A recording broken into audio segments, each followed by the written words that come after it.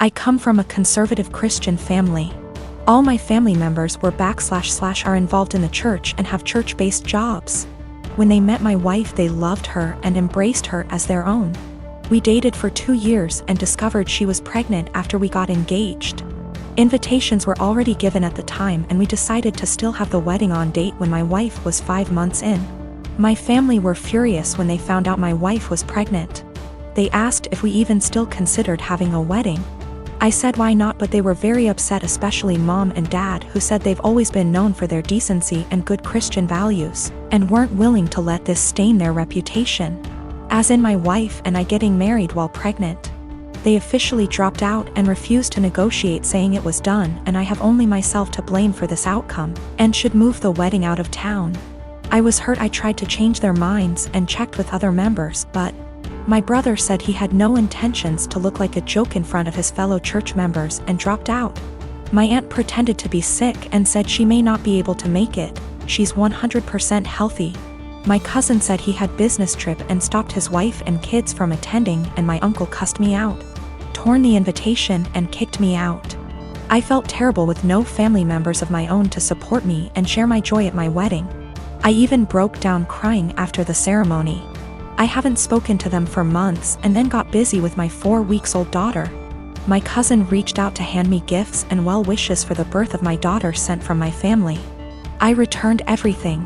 He sat with me on behalf of the family, saying I shouldn't have returned gifts that were from my family who want to see and hopefully be involved in my daughter's life. He said Mom's longing to meet her grandbaby and everyone else is wanting to visit soon to celebrate my daughter's life. I asked him this question. I said, wasn't my daughter the reason why the entire lot of them abandoned my wedding? He just stared grudgingly as I went on about how they treated my daughter as something to be ashamed of and hide. My daughter at some point will ask about the wedding, and I have no intentions on lying to her. He replied saying he guaranteed I got it all wrong, and no matter what goes down between us, I can never deny that my daughter is their granddaughter, / niece / etc., and they're her family. He asked that I arrange for them to visit, but I refused. He kept pressing the idea, but I shut him down. My wife says I should let them come, but I still refused. So me and my girlfriend have been together for about a year now. It's been a big adjustment, but I think we've done well so far. I had 2 kids before her and she isn't used to kids, but I think she's doing well and I think my kids really like her. I'm a widower. My wife passed away a few years ago from cancer. It definitely hit me like a truck and took me a while to recover from. It took me a really long while to get back out there, but I eventually did a few years ago. My daughter is 13. She is in middle school now and is obviously growing. So usually on Thursdays after I drop off my kid and I do some chores, me and my girlfriend usually have a lunch date. Just so you know, this is not at all something that happens all the time. I try my best to be both mom and dad, but I'm still figuring it out. Lately my daughter been moody and very emotional. I had a thought that it could be her period because she's getting to that age on Thursday. A few hours after I dropped her off, I got a call from my daughter, and soon after the school, because she had ended up getting her period in school. She was really upset and crying, and she said that she was really embarrassed. I quickly went to go pick her up and shot my girlfriend a text that I couldn't make it and had to go pick up my daughter. I was low-key freaking out, and that's why I was pretty brief, so I rushed over there really quickly to go pick her up. She was in tears. I brought her home. She got cleaned up. My girlfriend came home while she was in the shower and I explained the situation, but she was still mad. I really wasn't expecting her to be mad. I don't really feel that I stood her up. I still sent her a text. It was really just under heat of the moment and I was really focused on one thing, and it was an honest mistake. She lost it on me, saying that it was a move to leave her hanging like that and not even answer the phone when she was calling her to see why I set her up. I never received a call from her. If she did, I triple-checked. I said I apologize for that, but I was in a rush to go to the store before I went to go pick up my daughter, and I was just focused on one thing. She said that it wasn't an excuse to stand her up. She said that it was just a period. The school gets her a change of clothes and a pad, they have it there, and it wasn't an excuse to be so disrespectful, because she was taken care of. I tried saying that she probably just wanted to be in the comfort of her own home and she was really embarrassed, so I should go pick her up. She's still really upset at me, but I really don't get why, given the circumstances, I feel like this was justified. Then I stopped arguing with her to go check on my daughter because she was out of the shower. Me and her talked and everything, and now she's okay. My ex Rose and I have a son, Jason. He is 15 years old. We broke up when Jason was 5. Rose has Jason on weekends.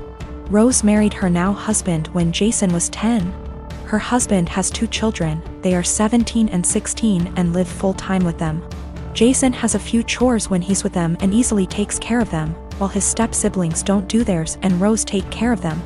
This has been the only point of contention between our son and her. He has talked with her and even went to therapy. It was when Jason was 12 when we switched days. We stayed like that for a year and a half, but since things never really got better, we went back to our initial agreement. The situation is still the same, and a year ago Jason came to me complaining about it. I had run out of things to say to him when it comes to this subject, so I threw almost the same pep talk my old man said to me when I was about the same age as him. I told him that I understand that it sucks. While they can't do anything, you can do everything. You can cook, clean, do well in school, drive, handle your own money, and you even know how to handle the bills, and I'm not counting the things you've learned from your grandparents and your uncle. I can send you to live alone right now like my old man did with me, an inside joke. And I wouldn't worry, because even if you don't know how to do them, you take the time to learn. You are already ahead of many kids your age, even ahead of some adults. Do your part, and as long as she doesn't make you do their chores, let your mother take care of it. Just focus on spending time with her the way you've been doing so far. The world is going to hit your step-siblings hard one day. Jason took it well, and things have been going well until yesterday. He went out with his mother, and when they returned, they found their house a complete mess. I don't know what they did, but it was bad enough that Rose snapped and finally forced them to clean the house. The kids tried to get Jason to help them because they were struggling, but he refused, claiming it wasn't his mess. They kept nagging him, and Jason told them that I was right. They are really useless. His mother asked him if I really said that. He said I didn't, but it can be summed like that. He called me at night telling me that he probably got me in trouble and explained the situation. Rose with her husband came today about what I said. I told them that I never called them useless and explained what I said. But useless never leave their minds, and told me I'm an asshole and to stay out of their business. Rose and her husband comments were more about her kids, who I don't care, but when it comes to my son, of course I will. Jason wasn't standing there looking smug and calling them useless. He was in his room minding his business. The constant nagging and his mother's inability to stop them make him snap. That's when he called them useless. He knows he should ignore them or be more tactful, but I get it, his patience has limits just like everyone else. He apologized to his step-siblings before he came back to my house yesterday. He also apologized to me for kinda throwing me under the bus, but I told him it was unnecessary, everything cool between us. Why did he keep going to his mother? He wanted.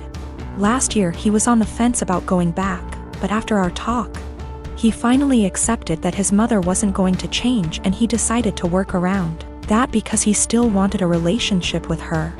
Their relationship actually got better, but after what happened, their relationship is going to change. We have to wait if it is for better or for worse. Him and I talked, and he's still thinking about what to do, but he says that he'll probably do what he had planned last year. He will spend time with her but will not go to her house anymore. He's taking a few days to let things settle down, and then he'll let his mother know. She is not going to like it, but alas, she's not in a position to demand or ask. Me, nurse. Working 50-ish hours a week in pediatric ICU. Cry at least once a week because that is hard. My salary pays our bills. All of them. Husband has a degree but isn't looking for a job. Works 2 days a week at the grocery store. Spends most of his time playing. Today was supposed to be a good day. I had been begging my husband to swap his Saturday shift to literally anything else so that we could have days off together. We haven't had a weekend together since our wedding, 18 months ago. Today was supposed to be our first Saturday off together. We were going to go to an animal sanctuary. He starts the day by going to breakfast with his best mate, leaving before I even wake up. I wake up around 9 and realize he is not home. Call.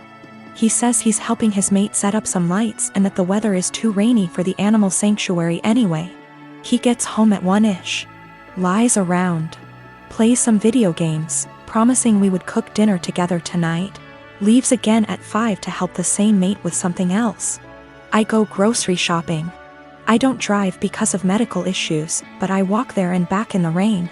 I get home, realize I've left my keys inside. Call husband, knowing he's 5 minutes away. He says he will leave in a minute. I sit in the rain and the cold, southern hemisphere. 45 minutes later, I call again. He hasn't left yet. He finally agrees to come and let me in the house, so he drives up, presses the clicker to let me in the garage and leaves again. At 10, I call to see where he is. His friend answers. Says he is driving out to do something an hour away. It's 10:30. I am going to bed. I have sent him a TXT that I am upset and don't want to speak to him tonight and would rather he left me alone. As far as I am concerned, if he can't value me more than his best mate on the first day off he and I have shared in a year and a half, he can go sleep in his bed instead. By the way, his friend doesn't work, so they hang out all the time when I am at work. He is going to be upset. And he is gonna tell his mate and his mate is going to tell him I'm being a. I am 26. We weren't always like this. I don't know what changed. I'm fairly confident he's not having an affair, and I fully intend on talking this through, but at a time that isn't 4 a.m.